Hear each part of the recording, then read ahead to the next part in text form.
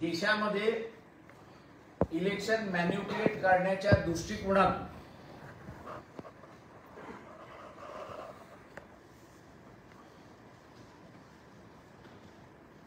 जो जुना 1991 चा इलेक्शन कमिशन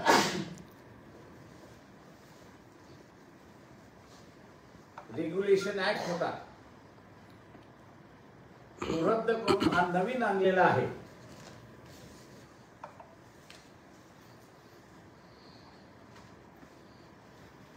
हा नवा ऍक्ट इलेक्शन कमिशनला गुलाम करणारा आहे।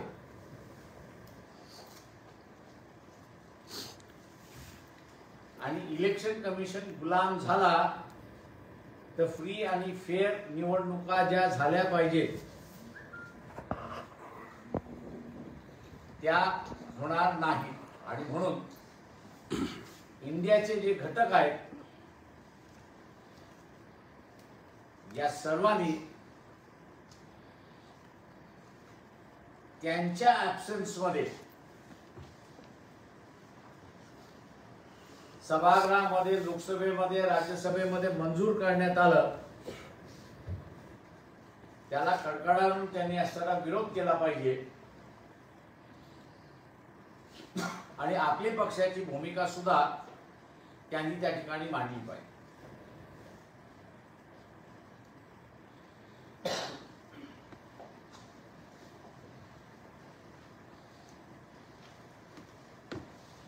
एक दुसरा महत्त्वाचा बदल तो म्हणजे रिजनल इलेक्शन कमिशनर जे नेमल्या जात होते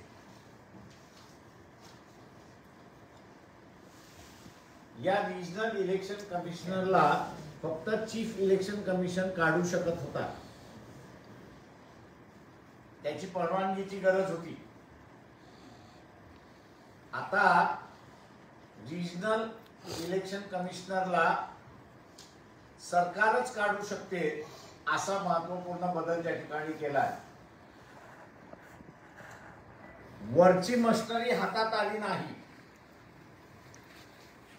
तर खालची मशनरी आपल्या हातामध्ये कशी येईल या दृष्टीने या बिलामधला नव्या बिलामधले तरतूद करण्यात आलेली आहे। आणि म्हणून आम्ही म्हणतोय की पूर्ण इलेक्शन मशिनरी ही या बिलामार्फत गुलाम करण्यात आलेली अशी परिस्थिती आहे। माझं निवेदन संपलं, आपण आता विचार।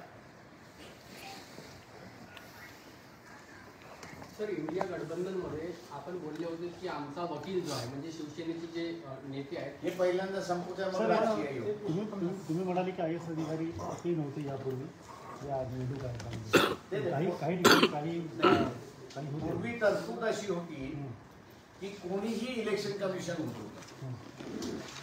प्रथा अशी पडत गेली की काही अधिकारी काही नॉन अधिकारी असे असणारे म्हणून ते इलेक्शन कमिशन होत राहिले।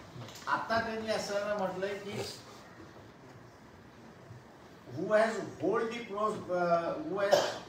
only post holders equivalent rank to secretary यांनाच फक्त असताना इलेक्शन कमिशन नेमता येईल, इतरांना नेमता येणार नाही। That is section 5 of the new act. IAS अधिकारी पण IAS अधिकारी तेवढेच। सर, इथं जो मसुदा होता त्यावेळेस सुद्धा हे असं होणार आहे उघड झालं होतं। त्या काळामध्ये कोणत्याही विरोधी पक्षाने याच्यावर उठवला नाही। प्रश्न असा आहे की ते सभागृहामध्ये ज्या चर्चेला येणार होतं सभागृहामध्ये चर्चेला आलं नाही। म्हणजे आलं ते कधी आलं तर शेवटच्या दिवशी आलं की ज्या दिवशी असताना पूर्ण ऑपोजिशन ऍबसेंट आहे त्या दिवशी आलं। त्याच्यामुळे अपोज करायला कोणीच नाही, रुलिंग पार्टीने मंजूर केलं, मोकळे झाले। नाही, बाहेर पण बोलला गेला नाही। याच्या पूर्वी जेव्हा मसुदा जेव्हा आला त्यावेळेस बदल केला होता त्यांनी। त्यावेळेस असताना बदलाची चर्चा राज्यसभेमध्ये ज्यावेळेस झाली त्यावेळेस बदलाची चर्चा झाली होती आणि म्हणून त्यांनी असताना वेळ थांबवला होता। कारण 2022 मध्ये राज्यसभेमध्ये ते मंजुरात झालं होतं, ते लोकसभेला आलं येऊन थांबलं होतं 22ला। त्यांनी यावर्षी घेतलं नाही, पण आता ज्यावेळेस त्यांच्या लक्षात आलं की ऑपोजिशन नाही, चर्चेला घेतलं आणि संपून टाकलं। सस्पेन्शन याकरताच केलं गेलं असं मला म्हणायचं आहे। हे मंजुरी करून घ्यायचं होतं हे आहे क्रिमिनल आयपीसी बदलले, सीआरपीसी बदलले, आयपीसी बदलले. वेगवेगळे कायदे आहेत, त्याच्यासाठी असणारे सस्पेन्शन आहे. Okay. Suspension is with motive, not without motive. मोठी होता जेव्हा मोटिव्ह होतात.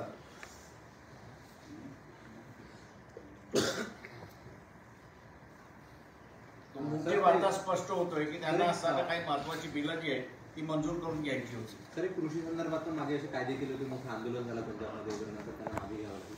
या संदर्भात कुठे अग्रेसिव्ह कोणी भूमिका घेणार की काय आपलं आंदोलन? म्हणूनच मी असताना एनडीएच्या घटक पक्षांना आम्ही याच्या संदर्भातला असताना सुप्रीम कोर्टात जाणार आहोत.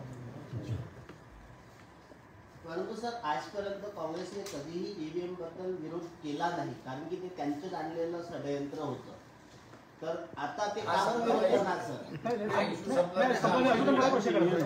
हा विषय वेगळा. तुम्ही सुप्रीम कोर्टात जाणार हे असं म्हणताय, परंतु रस्त्यावरचं आंदोलन किंवा इतर जे विरोधी पक्ष आहेत त्यांना आम्ही असताना याच्यावरती बोलवणार हां बैठकीला. पण आम्ही एवढा मोठा पक्ष नाही की ते आमच्या असणाऱ्या निमंत्रणाला येतील. पण आम्ही निश्चितपणे त्याच्यातला असताना प्रयत्न करू एनडीएच्या घटक पक्षांना लिहायला की हा एक महत्वाचा प्रश्न आहे, याच्यावरती तुम्ही बैठक तुम्ही बोलवता नाही तर आम्ही बोलवतो, त्या बैठकीमध्ये आपण यावं, ते प्रयत्न आम्ही करू ना. पण हा संसदेने केलेला कायदा आहे, संसदेने केलेलं विधेयक मंजूर आहे, सुप्रीम कोर्टात इंटरफेअर करू शकते का? ऑफकोर्स हे अनकॉन्स्टिट्युशनल आहे. हां पार्लमेंटला आता एक महत्वाचा आम्ही त्याच्यामध्ये आहेत मेनका गांधीच्या केसपासून सुरुवात झालेली आहे पॉवर्स ऑफ पार्लमेंट म्हणून.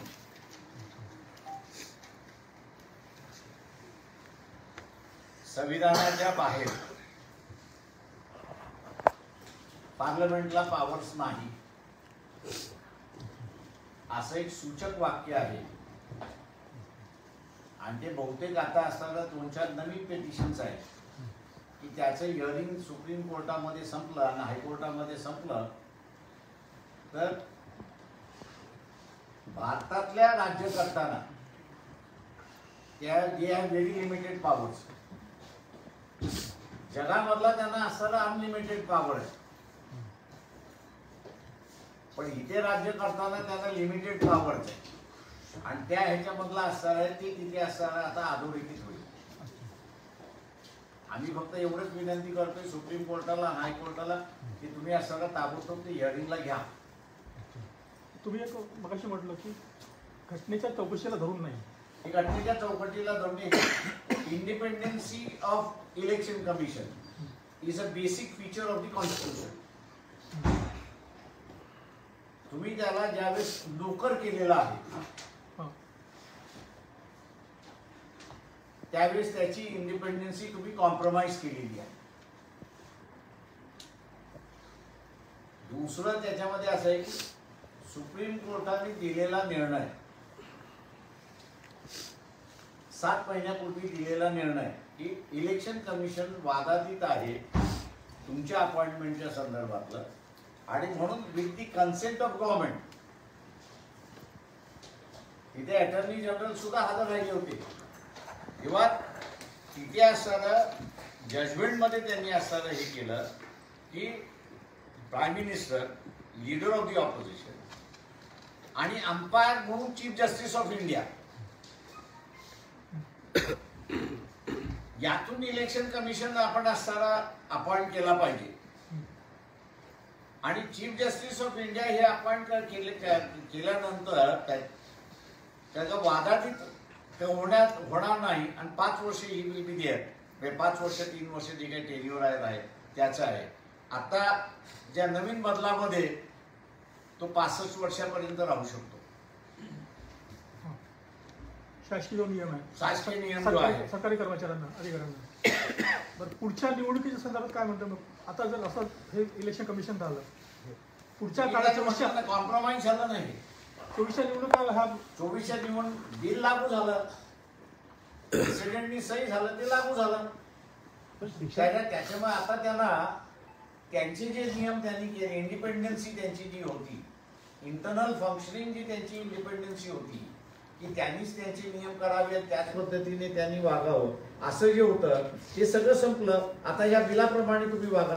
त्याचा माझा एक पुढचा प्रश्न आहे की या पद्धतीने जर तुम्ही असं म्हटलं की आयोगामध्ये मतभेद होऊन आणि ते इलेक्शन होईल तर पुढच्या निवडणुका होणार की नाही? मतभेद झाले तर पोस्टपोनमेंट, आणि इलेक्शन पोस्टपोनमेंटची प्रोव्हिजन नाही आहे. इथे असताना जिल्हा परिषद, पंचायत समिती, नगरपालिकेची त्यांनी मानसिकता इलेक्शन न घेता पोस्टपोन करता कोर्टामध्ये गेले, सगळे झाले. कोर्टाने सुद्धा त्याच्यामध्ये फार जेवढं लक्ष द्यायचं तेवढं लक्ष दिलं नाही की का तुम्हाला विदाउट इलेक्टेड गव्हर्नमेंट तुम्ही असताना फायनान्सेस ड्रॉच करू शकत नाही. ही जी एक प्रोव्हिजन संविधानामध्ये होती ती कोर्टाने सुद्धा फाट्यावर मारलेली, मी नाही म्हणत नाही. आणि त्याच्यामुळे आता असताना गव्हर्नमेंटचे हे झाले की आम्ही ग्रामपंचायत, जिल्हा परिषद, पंचायत समिती या केल्या. आता विधानसभा, लोकसभा आम्ही पोस्टपोन करण्याची प्रक्रिया सुरुवात केली आहे. म्हणजे निवडणुका होणार नाही, निवडणुका होणार नाही. सेक्शन 14 नुसार जे आपल्याला अधिकार होते निवडणूक आयुक्तांना, मुख्य निवडणूक आयुक्तांना, ते सेक्शन 14 सेक्शन 14 हा पीपल्स रिप्रेझेंटेशन ऍक्ट प्रमाणे की प्रेसिडेंट ऑफ इंडिया नोटिफिकेशन एकदा त्यांनी जाहीर केली की त्याच्यामधल्या तारखा येतात सगळ्या, तिथपासून ते इलेक्शनचे काउंटिंग होऊन सर्टिफिकेट देईपर्यंत कुठलाही कोर्ट इंटरफिअर करू शकत नव्हतं. आणि म्हणून मी म्हटलं की त्याला सोल पॉवर्स देण्यात आल्या होत्या फॉर कंडक्ट ऑफ इलेक्शन. तुम्हाला त्या इलेक्शनच्या संदर्भातलं काहीही पिटिशन दाखल करायचं असेल तर ते आफ्टर इलेक्शन संपल्यानंतर, कारण इलेक्टेड गव्हर्नमेंटच पैसे खर्च करू शकते, ऍडमिनिस्ट्रेशन पैसे खर्च करू शकत नाही. आणि इलेक्टेड गव्हर्नमेंट म्हणजे पार्लमेंट किंवा असेंब्ली. त्याच्यामुळे असेंब्ली आणि पार्लमेंट कदाचित ती बेकायदेशीर सुद्धा असेल, मान्य आहे मला, पण ती अस्तित्वात असली पाहिजे. आणि त्या दृष्टिकोनातून इलेक्शन कमिशनला ऍब्सोल्यूट पॉवर्स देण्यात आलं त्या पिरियडमध्ये.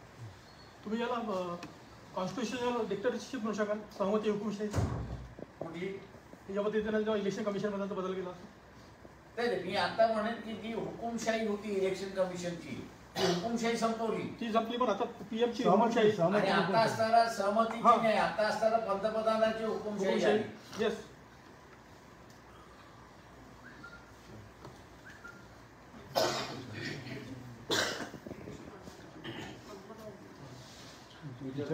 आता काय विचारतात? मनोज जरांगीची डेडलाईन म्हणजे संपते 24 तारखेला शेवटी. आता त्यांनी परत सांगितलंय की 20 तारखेपासून मुंबईला आझाद मैदानामध्ये आंदोलन जे आहे ते सुरू करणार. पुढच्या 20 जानेवारी. अच्छा, हे थांबवणार आणि 20 पासून सुरुवात मुंबईमध्ये. स्ट्रॅटेजी काही लक्षात येत नाहीये मला.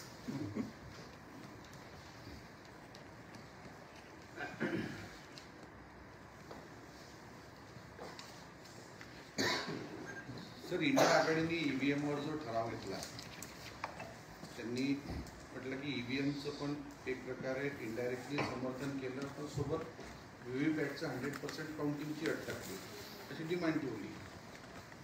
आपल्याला एक माहित असेल की कर्नाटकमध्ये या मागच्या निवडणुकीमध्ये सुप्रीम कोर्टाच्या निर्णयाप्रमाणे असलेल्या 5 मतदारसंघामधलं ईव्हीएम मधलं मतदान आणि व्हीव्हीपॅट मधलं मतदान आपण असं काउंट करावं. काउंटिंग मध्ये ईव्हीएमचं याच्यामधनं एक्स निवडून आला.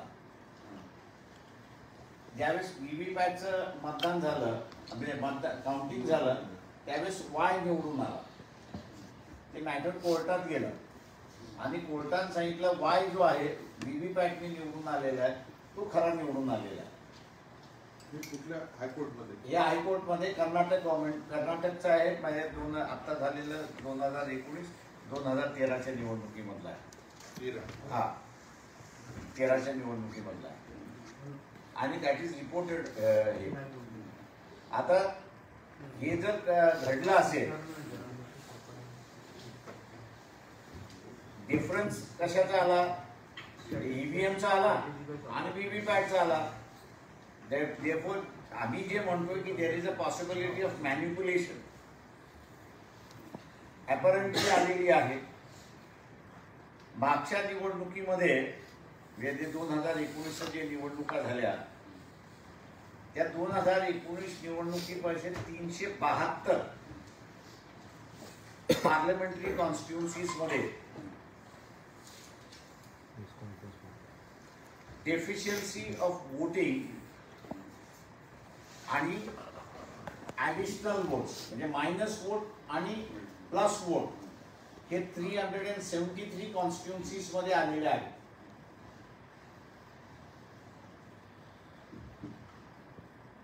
आणि काही मतदारसंघामध्ये ॲज हाय ॲज लाखापर्यंत आहे.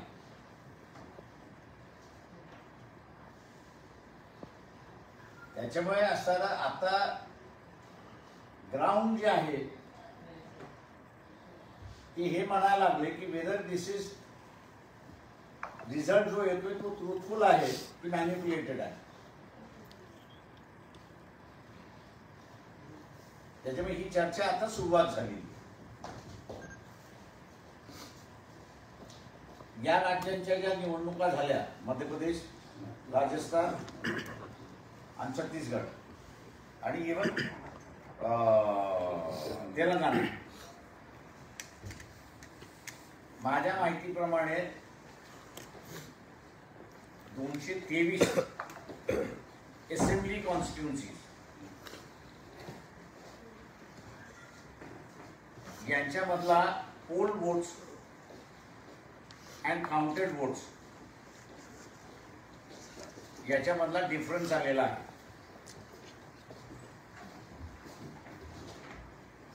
आता हा एवढा मोठा डिफरन्स येणार असेल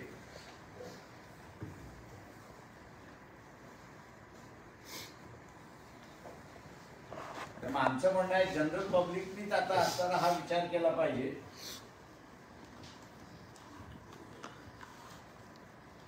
की ईव्हीएम जर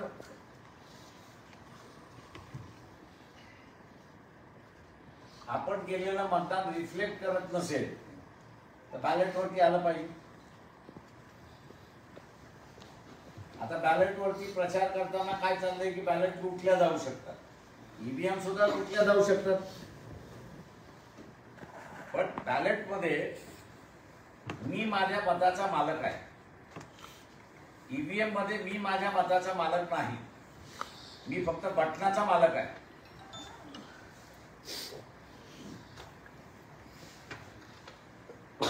त्याच्यामुळे आम्ही असं म्हणतोय की जिथे मी माझ्या मताचा मालक नाही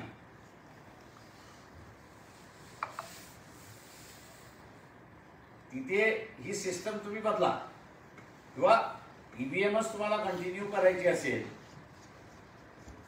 तर माझ्या बटनाच्या बाजूला मी दाबलेला बटन तो सिम्बॉल सुद्धा आला पाहिजे.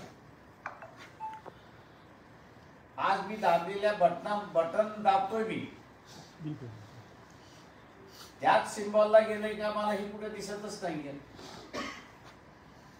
म्हणून इट्स अ ब्लाइंड वोट मी असं म्हणतो. मी माझ्या मताचा मालक नाही.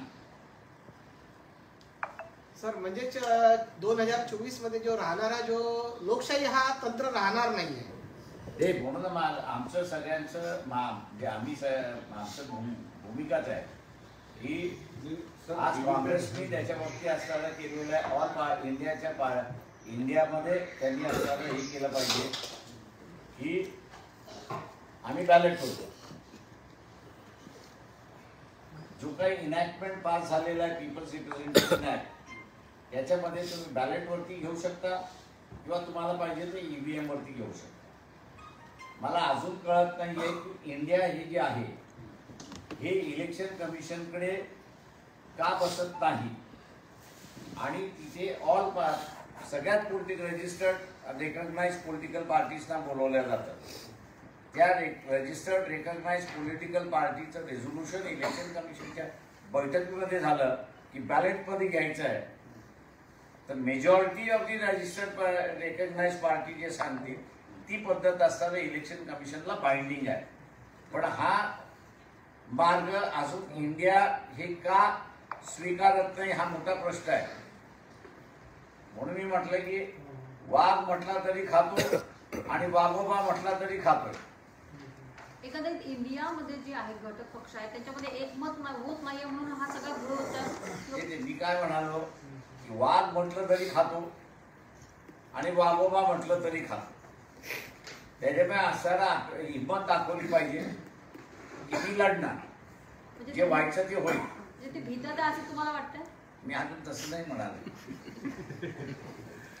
तुमचं म्हणणं तर इलेक्शन कमिशनच्या बैठकीमध्ये या सगळ्या जे इंडिया अलायन्स मधले सगळे घटक पक्ष आहेत, सगळे घटक पक्ष त्यांनी ती बाजू त्यांनी तिथे बाजू मांडली पाहिजे की हे जर घेणार असेल देन वी विल पार्टिसिपेट, हे जर घेणार नसेल तर वी विल नॉट पार्टिसिपेट. आणि आतापासून प्रक्रिया सुरुवात केली पाहिजे, not at the time of election. याचं कारण की इलेक्शन कमिशनला सुद्धा तुम्हाला डिसाईड द्यायला वेळ द्यावा लागतो. तुम्ही 15 दिवस इलेक्शनला आणि तुम्ही म्हणणार आहात की नाही आम्हाला आता असताना बॅलेटवरती यायचं आहे, त्या ह्याला इलेक्शन कमिशन बाइंडिंग राहणार नाही. कारण का his first duty is to conduct the election. आणि कायद्याच्या ह्याच्यामध्ये कंटिन्युटी ऑफ द हाऊस हा बऱ्याच जजेसना सुद्धा लक्षात येत नाही. Continuity of the house is most important. ती कंटिन्युटी नसेल तर जुन्या कामकाजाचा नव्या कामकाजाचं लिंकेज राहत नाही. त्याच्यामुळे इलेक्शन कमिशन काय म्हणतो की जुनं सभागृह 15 मार्चला संपणार असेल तर मला असताना मार्चच्या पहिल्या आठवड्यामध्ये नवीन सभागृह गठीत करून त्यांचं गॅझेट करून दॅट इज माय रिस्पॉन्सिबिलिटी आणि म्हणून मी तुमचं ऐकणार नाही. हे तो सहज म्हणू शकतो, त्याला कोणी कंपेल करू शकत. तुम्ही आत्तापासून त्याला कंपेल केलं तर त्याला काय वेळ आहे ते डिसाईड करण्यासाठी. सर, मेजॉरिटी ऑफ रजिस्टर्ड पार्टीने जर म्हटलं की आम्ही बॅलेट वाढवायला पाहिजे निवडणूक आणि त्यांनी घेतली नाही निवडणूक आयोगाने, तर अशा वेळी निवडणूक आयोग रद्द करू शकते का निवडणूक? निवडणुका कधीच रद्द होत नाही, पण तेवढी डेअरिंग कुठलाच करणार नाही. No commissioner will take that daring. याचं कारण की मग त्याचा राजीनामा मागण्याची प्रक्रिया सुरुवात होते. पण सर पुन्हा हा प्रश्न येतो, आता जे बहुमताचं जे निवडणूक आयोगाचं झालं आहे, उद्या ही मिटिंग झाली समजा अशी इंडिया आघाडी लोक गेले आणि आयुक्त असा निवडला गेला तर बहुमत जर त्यांच्या बाजूला असलं, पब्लिक ओपिनियन आहे आणि समजा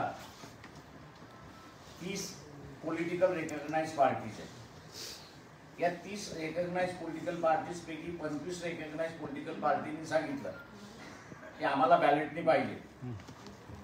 that decision is binding. Election commission India आघाडीकडे आता 5 जणांनी जर म्हटलं that is not binding. Majority. Sir, India आघाडीकडे आता 28 पक्ष आहेत आणि इंडियाकडे 42 पक्ष आहेत. रेकग्नाइज मी म्हणतोय त्याच्यामध्ये जे रेकग्नाइज पॉलिटिकल पार्टीज आहेत, not registered political party, recognise political parties म्हणले जे आहेत ते कॉन्स्टिट्यूट दी बल्क. उरलेले रजिस्टर्ड आहेत त्यांच्याकडे मतदान आहे, नाही असं नाही. पण ज्याला रुलिंग म्हणून आपल्याला म्हणता येईल ते रुलिंग म्हटलं म्हणजे रेकग्नाइज पॉलिटिकल पार्टीज आहेत ते. त्याच्यामध्ये त्यांच्यापैकी समजा 30 जण आहेत असं धरून चालतं. 25नी म्हटलं नाही वी वॉन्ट बॅलेट, बॅलेटच घ्यावं लागेल तुम्हाला.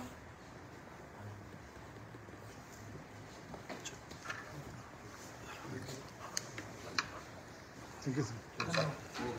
थँक्यू.